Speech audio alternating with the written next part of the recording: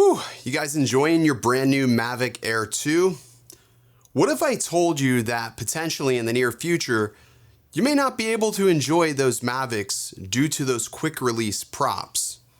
In this video, I'm going to talk about the lawsuit victory that Autel just secured against DJI, and it's a pretty big deal. Let's get into it.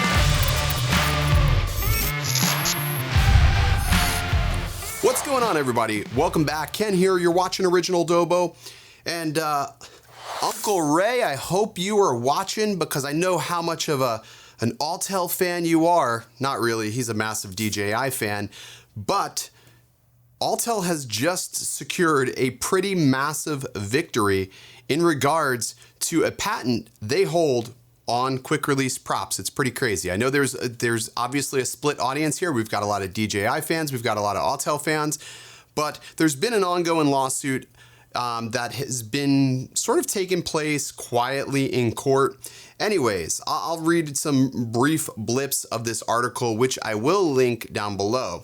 So Steptoe is the team that secured a victory for Autel. They're the lawyers that went to bat on behalf of Autel in regards to a patent they hold. Now that exact patent is US patent number 9260,184. If you click on the link, you can actually takes you to the actual breakdown, and it does refer to the quick release props that are found on DJI drones. And obviously Autel has similar quick release designs as well. Actually, it's the same since they own the patent to that. So in a very Apple-esque approach, they've decided to attempt to ban these following drones from being imported into the US. Mavic Pro, Mavic Pro Platinum, Mavic 2 Pro, Mavic 2 Zoom, Mavic Air, and Spark. However, with that said, not listed is the Mavic Air 2, so they probably screwed up there because the Mavic Air 2 is a pretty popular drone.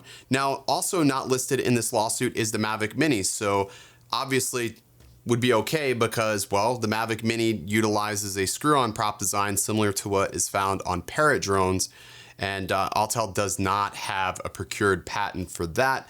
Same thing with the Phantom lineup. Those quick release props are not the same as found on the Mavic Air series or the Mavic series of drones, so those are excluded from this lawsuit. Basically, they're looking to file an injunction that will prevent them from being imported into the country. Now, with that said, all these lawsuits take a pretty long time to really execute and get orders like this in place.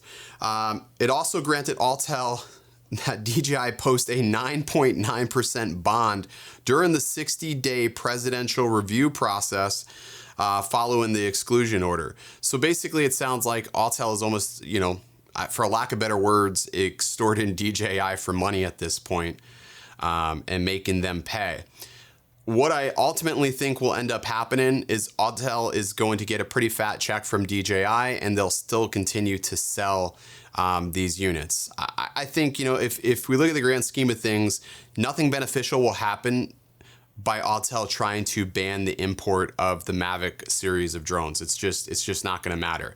The other thing is they've been selling these drones, the vast majority of these drones, for well over 2 years.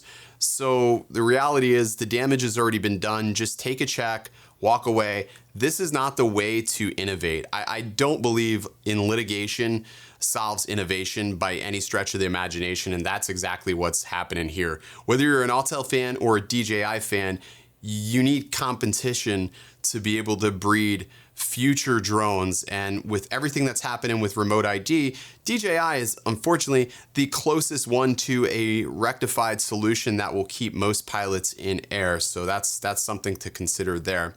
But anyways, I'm going to go ahead and link this entire article outlining this whole ITC claim that DJI has lost against Autel. It's pretty extensive, actually. Now, the chief administration looks to also extend the exclusion order to include the propellers on the Phantom 4 and the Inspire series. I just thought I did see that blip there. I knew I saw that when I read this earlier today, which I really don't understand how they're going to get away with that, but I sort of think the whole thing is silly. And when you actually click on the patent itself and look at it, I mean, it's like something that anybody could really design.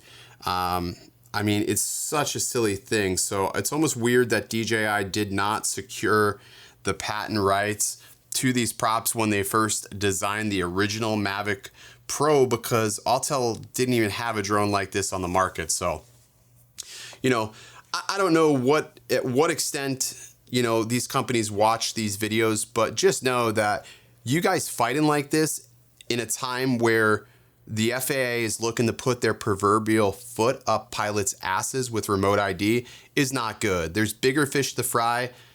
Lick your wounds, share the wealth, and collaborate so as an effective group, we can get around these rules and restrictions that are potentially going to hit us in 2021. But article will be linked below. I'm an Autel fan, but I'm not a fan of this move by any means, and I hate seeing this in the drone industry because we've seen this with Apple and Samsung going back and forth, and it's just a really, really bad time to be doing this. But those are my thoughts on this. If you want to know more information, click on that link and check out this patent. It's actually pretty cool. It breaks down the entire reference, and it actually says that it was filed in 2013, so pretty crazy. Like, to think that what we're seeing now really had remnants back way when. So, all right, that's it. I'll see you guys next time. Stay original.